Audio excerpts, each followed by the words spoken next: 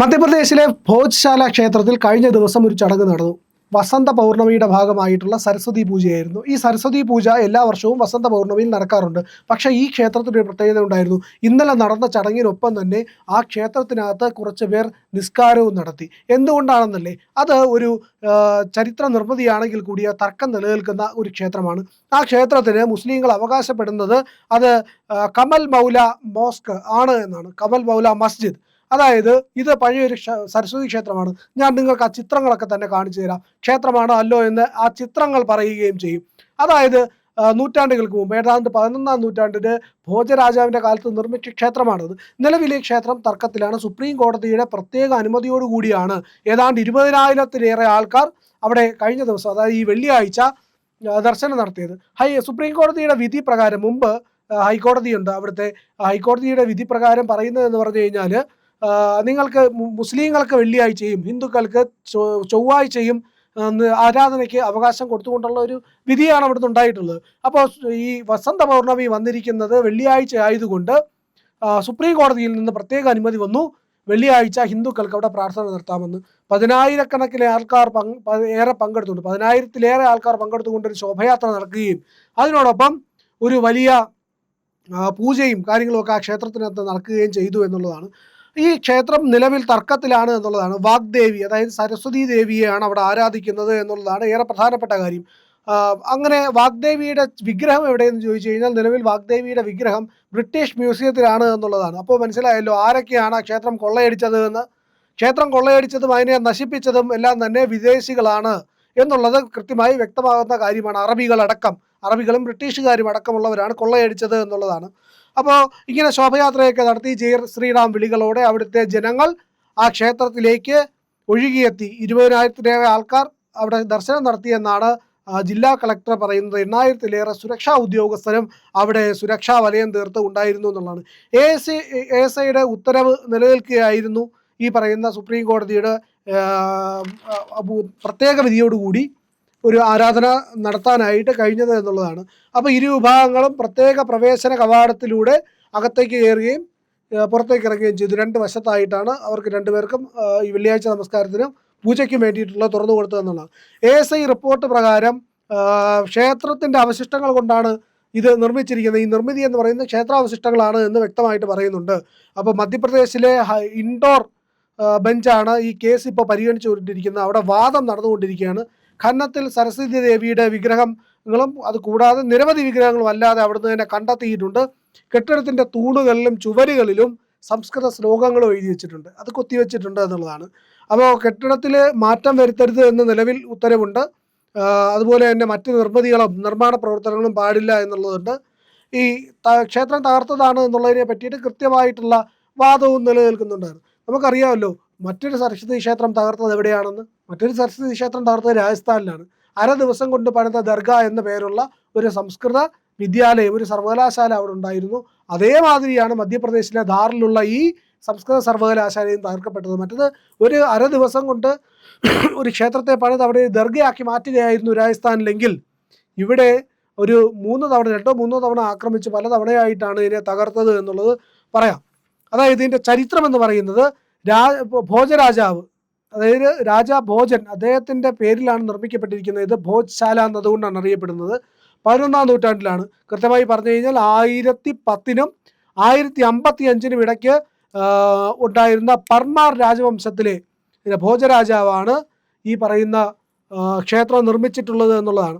സരസ്വതി ദേവിയുടെ വിഗ്രഹം ഉൾപ്പെടെയുള്ള വിദ്യാലയവും യൂണിവേഴ്സിറ്റിയുമായിരുന്നു അത്. വിദ്യാലയവും യൂണിവേഴ്സിറ്റി എന്ന് പറയുമ്പോഴത്തേക്ക് എന്തൊക്കെയാണ് അവിടെ പഠിപ്പിച്ചിരുന്നതെന്ന് അറിയാവും. സംസ്കൃതം, തത്വചിന്ത അഥവാ ഫിലോസഫി, അതോടൊപ്പം തന്നെ ശാസ്ത്രം എന്ന് പറയുമ്പോൾ എല്ലാ ശാസ്ത്രങ്ങളും അതിനകത്ത് ഉൾപ്പെടുന്നുണ്ട്. പിന്നെ സംഗീതം, ഇത്രയും കാര്യങ്ങൾ ആ ക്ഷേത്രത്തിൽ പഠിപ്പിച്ചിരുന്നു എന്നുള്ളതാണ്. അപ്പോൾ ആ ക്ഷേത്രത്തെയാണ് ഈ പറയുന്ന അറബികൾ ആക്രമിച്ച് ഇല്ലാതാക്കിയെന്നുള്ളതാണ്. വാഗ്ദേവിയുടെ ഒരു ശില്പം ഉണ്ടായിരുന്നു. ആ ശില്പം ഭോജരാജാവിൻ്റെ കാലത്ത് നിർമ്മിച്ചതാണ്. അത് നിലവിൽ ലണ്ടനിലെ മ്യൂസിയത്തിലാണ് ഇരിക്കുന്നത്. ബ്രിട്ടീഷുകാരെന്ന് പറഞ്ഞാൽ കട്ട മുതൽ തലയിൽ വെച്ചുകൊണ്ട് നടക്കുന്ന ആൾക്കാരാണല്ലോ. ബ്രിട്ടീഷ് രാജ്ഞി മോഷ്ടിച്ച മുതലാണ് തലയിൽ വെച്ചുകൊണ്ടിരിക്കുന്നത്. കൊഹിനൂർ രത്നം ഭാരതത്തിൽ നിന്ന് മോഷ്ടിച്ചുകൊണ്ട് പോയതാണ് ആ രത്നം എന്നുള്ളത് അറിയാം. അപ്പോൾ ഒരു പെരുങ്കള്ളിയാണ് ബ്രിട്ടീഷ് രാജ്ഞി എന്നുള്ളത് അതിൽ നിന്ന് തെളിയും. കള്ളി കട്ട മുതൽ ചുമക്കുന്നവരാരാ? കള്ളന്മാരാണ് ചുമന്നുകൊണ്ട് നടക്കുന്നത്. അപ്പോൾ കള്ളിയാണ് ആ കട്ട മുതൽ ചുമന്നുകൊണ്ട് നടക്കുന്നത്. ബ്രിട്ടീഷ് രാജ്ഞി ഇപ്പോൾ ബ്രിട്ടീഷ് രാജാവിൻ്റെ തലയിലാണ് ഇരിക്കുന്നത് എന്നുള്ളത് മാത്രം. അപ്പോൾ 1305 ആദ്യത്തെ ആക്രമണം ഉണ്ടാകുന്നത് എന്നുള്ളതാണ്. അന്ന് ആക്രമണം നടത്തിയതെന്ന് പറയുന്നത് അലാവുദ്ദീൻ ഖിൽജിയാണ്. അലാവുദ്ദീൻ ഖിൽജി എന്ന വൃത്തികെട്ടവൻ വന്ന് ഇവിടെ ആക്രമണം നടത്തി ആയിരക്കണക്കിന് ആൾക്കാരെയൊക്കെ കൊന്നതിൻ്റെ കൂട്ടത്തിൽ മാൾവ കീഴടക്കിയ സമയത്താണ് ഈ ക്ഷേത്രം തകർക്കുന്നത്. ഈ ക്ഷേത്രം തകർത്തു. എന്നിട്ട് എന്ത് ചെയ്തു? പിന്നീട് അന്ന് ക്ഷേത്രം ആക്രമിച്ച് കൊള്ളയടിക്കുകയാണ് ചെയ്തത്. ഇവർ കൊള്ളയടിക്കുകയാണല്ലോ ആദ്യത്തെ പരിപാടി എന്ന് പറഞ്ഞു കഴിഞ്ഞാൽ. ഈ പറയുന്ന അറബികളും മുഗളന്മാരും സുൽത്താൻമാരും ഒക്കെ ആക്രമണം നടത്തിയാൽ എന്താ ചെയ്യുന്നതെന്ന് പറഞ്ഞാൽ ആദ്യം ഒരു മേഖലയിൽ ആക്രമണം നടത്തി അവിടുത്തെ ആൾക്കാരെ കൊന്ന് ഭീതി വരുത്തിയതിന് ശേഷം പിന്നീട് അവിടുത്തെ സ്ത്രീകളെ ബലാത്സംഗം ചെയ്യും. എന്നിട്ട് അവിടുത്തെ ക്ഷേത്രങ്ങളും പണം ഇരിക്കുന്ന സ്ഥലങ്ങളും എല്ലാം കൊള്ളയടിച്ച ശേഷം ഈ ക്ഷേത്രങ്ങളെ എന്ത് ചെയ്യും? പള്ളിയാക്കി മാറ്റും. ഇതാണ് ഈ പറയുന്ന അറബികളും മുഗളന്മാരും ഒക്കെ നിരന്തരമായി ചെയ്തുകൊണ്ടിരുന്നത്. അത് കഴിഞ്ഞിട്ട് രണ്ടാമത്തെ വൃത്തികെട്ടവൻ 15-ാം നൂറ്റാണ്ടിൽ മുർഷിദ ഖിൽജി എന്ന് പറയുന്നവൻ വന്നു. മസ്ജിദ് പണിയായിരുന്നു. അതായത് ഈ ക്ഷേത്രത്തിന് മുകളിൽ മിനാരം കെട്ടിവെച്ചു. അതിന് മുകളിൽ ഈ പകർന്നുകൊണ്ട് ഇതിൻ്റെ ക്ഷേത്രത്തിൻ്റെ വിവിധ ഭാഗങ്ങളെ തകർത്തുകൊണ്ട് ഒരു മുസ്ലിം പള്ളിയാക്കി ഇതിനെ മാറ്റി എന്നുള്ളതാണ്. അപ്പോൾ അവിടെ ഉണ്ടായിരുന്ന പണ്ട് ജീവിച്ചിരുന്ന ഒരു സൂഫിയുടെ പേരും കൂടെ കൊടുത്തു. കമൽ മൗലാന എന്ന് പറയുന്ന ഒരാളുടെ പേരും കൂടെ കൊടുത്തുകൊണ്ട് ഈ പറയുന്ന പള്ളിയുടെ മിനാരങ്ങൾ അതിന് മുകളിൽ പണിഞ്ഞു വെച്ചു എന്നുള്ളതാണ്. അതിൻ്റെ ഈ പറയുന്ന ക്ഷേത്രത്തിൻ്റെ ചുവരുകളിൽ കൃത്യമായി സംസ്കൃത ശ്ലോകങ്ങൾ കൊത്തിവെച്ചിട്ടുണ്ട് എന്നുള്ളതാണ്. ഹൈന്ദവ കൊത്തുപണികൾ കാണാം അവിടെ. അപ്പോൾ ഇത്തരത്തിൽ വളരെ വൈവിധ്യപൂർണമായ ഭാരതീയ കലയും സംസ്കാരവും വിദ്യയും എല്ലാം ഉൾക്കൊണ്ടിരിക്കുന്ന, വിശ്വാസവും എല്ലാം ഉൾക്കൊണ്ടിരിക്കുന്ന ഒരിടത്തെയാണ് ഇവരിങ്ങനെ നശിപ്പിച്ചത് എന്നുള്ളതാണ്. അതിനുശേഷം വാഗ്ദേവതയെ എവിടുന്നാണ് കിട്ടിയെന്ന് പറഞ്ഞുതരാം. വാഗ്ദേവത കിട്ടിയത് 1875 ഈ പറയുന്ന ഭോജരാജാവിൻ്റെ കൊട്ടാരത്തിന് ചുറ്റും ഈ ബ്രിട്ടീഷുകാർ വന്നിട്ട് കുഴിക്കാൻ തുടങ്ങി. അവർ ഖനനം ചെയ്തപ്പോഴാണ് മനോഹരമായ ഒരു ശില്പം കിട്ടുന്നു. അത് അതിൽ കൊത്തിയെടുത്തിരിക്കുന്നത് കല്ലിൽ കൊത്തിയ വിഗ്രഹമാണ്. അതാണ് വാഗ്ദേവതയുടെ വിഗ്രഹം എന്നാണ്. അപ്പോൾ അതൊരു മേജർ കിൻ കേസ് എന്ന് പറയുന്ന ഒരു അടുത്ത കള്ളൻ ബ്രിട്ടീഷുകാരനാണ്. അവൻ ഇത് 1886 വിദേശത്തേക്ക് കടത്തി. അത് 1034 ഭോജരാജാവ് ആരാധിച്ചിരുന്ന വിഗ്രഹമാണ് എന്നും അതിൻ്റെ വിഗ്രഹത്തിന് കീഴ്ഭാഗത്തായിട്ട് സംസ്കൃത ലിഖിതങ്ങളുണ്ട് എന്നും കൃത്യമായിട്ട് അതിൽ നിന്ന് വ്യക്തമാകുന്നുണ്ട്. അതിപ്പോഴും ആ വിഗ്രഹം ഇവിടെ സൂക്ഷിച്ചിട്ടുണ്ട്. ഇവിടെ ലണ്ടൻ മ്യൂസിയത്തിൽ സൂക്ഷിച്ചിട്ടുണ്ട്. 1875 കണ്ടെത്തിയ വിഗ്രഹം 1886 ബ്രിട്ടീഷുകാർ ലണ്ടനിലേക്ക് കടത്തി എന്നുള്ളതാണ്. റീപാട്രിയേഷൻ എന്ന് പറയുന്ന ഒരു പ്രോസസ്സ് വഴി സ്വത്തുക്കൾ അതത് രാജ്യങ്ങൾക്ക് ബ്രിട്ടീഷുകാർ ലോകം മൊത്തം ആക്രമിച്ചിട്ട് കീഴടക്കി മോഷ്ടിച്ചുകൊണ്ട് പോയ വിഭവങ്ങൾ, ആ സ്വത്തുക്കളെല്ലാം തന്നെ തിരിച്ചു കൊടുക്കാനായിട്ട് യുനെസ്കോയുടെ നിയമമുണ്ട്, അങ്ങനെ ഒരു നയമുണ്ട്.